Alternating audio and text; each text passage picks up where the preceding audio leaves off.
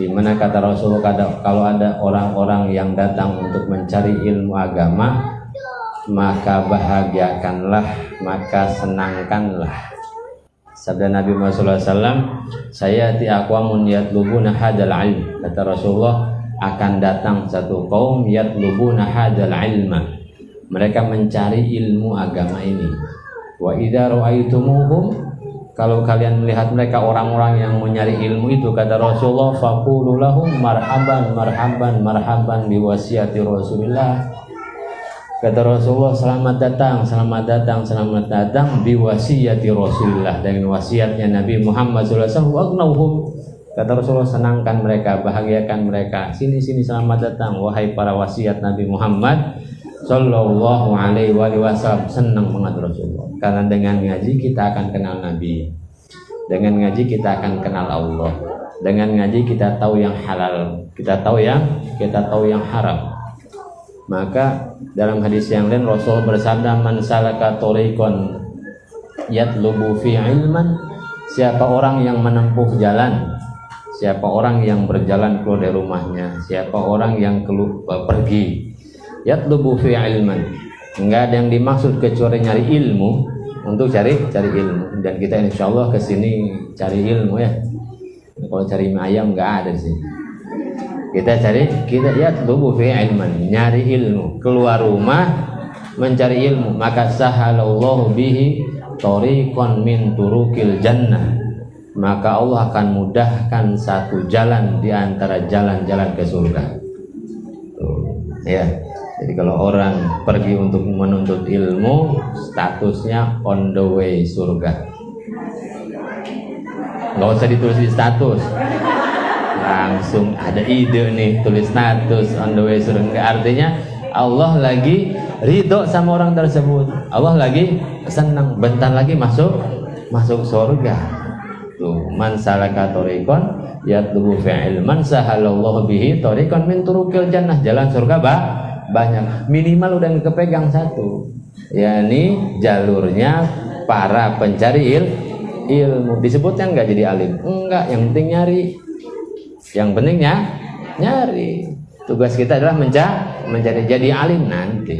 Maka kita senangnya itu adalah mencari ilmu, karena orang yang mencari ilmu itu berada di jalan surganya Allah Subhanahu wa ta'ala. Wahfid janahaka lil mu'minin, rendahkan. Di situ justru ada kemuliaan. Di sifat rendah hati itulah ada kemuliaan. Enggak bisa orang menerima nasihat seorang mukmin kalau dia tidak merendahkan diri di hadapan seorang mukmin tersebut. Ya. Seorang istri tidak akan bisa menerima nasihat baik dari suaminya kalau dia tidak merendahkan diri di hadapan suami. Suami tidak akan mampu menerima masukan baik dari istrinya kalau tidak dia merendahkan diri di hadapan istrinya. Terus begitu. Murid tidak akan mendapatkan nasihat baik, nggak akan masuk ke hatinya, nggak akan mampu merubah apapun tanpa merendahkan diri di hadapan gurunya. Terus, dan guru punya guru lagi, terus seperti itu. Maka kita suka minta, ya Allah anugerahkan hati yang lembut, ya Allah anugerahkan hati yang lembut, perangai kami lembutkan ya Allah. Keras terus kita, ya, merasa benar terus, merasa orang lain berhak terus kita marahi. Kenapa tuh? Karena kita merasa lebih benar, lebih hebat daripada orang lain. Kapan diri kita akan jadi baiknya? Kapan kita akan punya nilai yang lebih? Kalau setiap kebenaran itu kita tolak karena kita merasa lebih baik daripada orang lain. Karena ini pesan Allah Subhanahu wa ta'ala, berikan kehidupan kepada satu manusia. Andaikan hanya satu manusia engkau berikan kehidupan, maka berikanlah. Dilarang ganggu orang lain. Sebisa mungkin, kalau bisa dengan kata-kata kita tidak mengganggu orang lain, dengan perbuatan kita tidak, dengan rumah kita tidak, dengan sampah kita pun tidak kita ganggu orang lain, dengan kotoran kita pun tidak kita ganggu orang, dan dengan peliharaan kita pun kita tidak ganggu orang lain. Yang hati-hati ya. Piara burung terbang ke rumah orang lain, buang kotoran di rumah orang lain, ganggu nggak tuh? Ganggu. Islam sampai ke situ loh.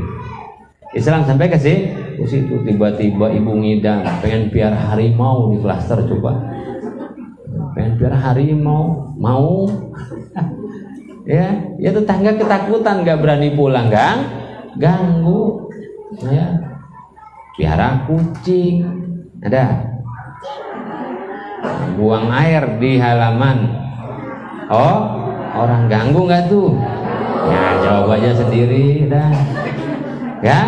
Ganggu ya. Parkir sembarangan di depan pintu rumah orang lain. Orang susah sampai miring-miring masuk ke rumahnya, ganggu nggak tuh? Ganggu. Dari yang gitu-gitu Islam gitu loh.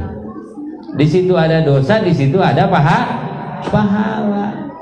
Jadi jangan dipikir Islam ini hanya ngebenahi sholat, enggak, terlalu sempit, ya, gitu, ya. Burung lepasin dah, ya. Burung bapaknya jangan. Begitu kita mikir seperti itu, bagaimana kita memberikan manfaat kepada orang lain, jangan sampai ganggu orang lain. Itu kan yang disuruh oleh Allah, diperintah oleh Nabi Muhammad Sallallahu alaihi wasallam.